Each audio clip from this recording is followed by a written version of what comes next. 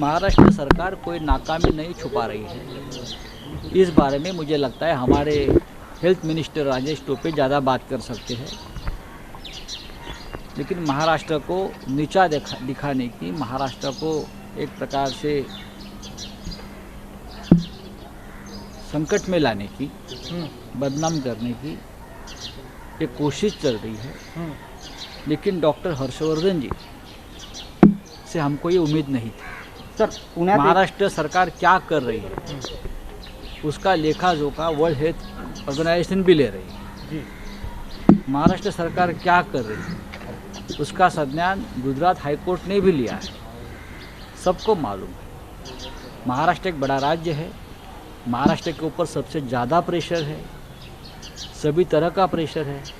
यह प्रेशर आर्थिक है, यह प्रेशर वैक्सीन का है, यह प्रेशर बढ़ते हुए संक्रमण का है। तो एक दूसरे के ऊपर टीका टिप्पणी न करने से केंद्र सरकार और राज्य सरकार ने एक साथ मिलकर लोगों की सेवा करनी चाहिए। अच्छा, महाराष्ट्र में आपकी सरकार को अस्थिर करने का प्रयास किया जा रहा है। लेटर कल आया है, अनिल परब का नाम सामने आया है। अनिल देखो, देशमुख मैं के आपको बाद- एक बताता हूँ। हाँ, महाराष्ट्र सरकार को अस्थिर करने की कोशिश पहले दिन से चल रही है। पहले दिन से सुबह से रात तक यही काम चलता है कुछ लोगों का। लेकिन उससे सरकार अस्थिर नहीं होगी। अस्थिर करने वाले लोगों का असली चेहरा सामने आ रहा है।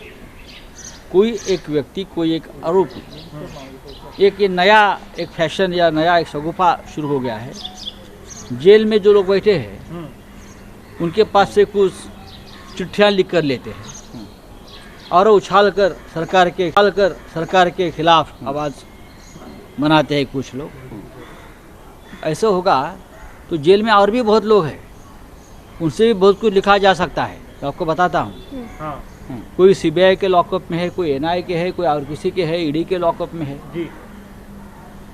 इस प्रकार की गंदी राजनीति इस राज्य में या इस देश में पहले कभी नहीं हुई थी। बीजेपी के अनिल परब का नाम कल आया है, अजित दादा पवार जी का नाम आया है, अनिल देशमुख का नाम लिया है। कौन ले रहा है?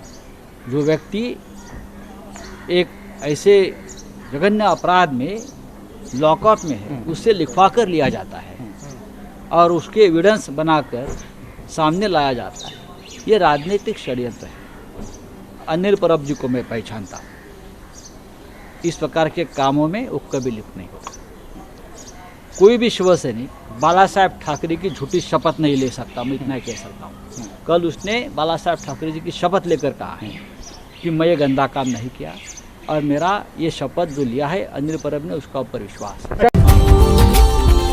Subscribe now and press the bell icon. Never miss an update.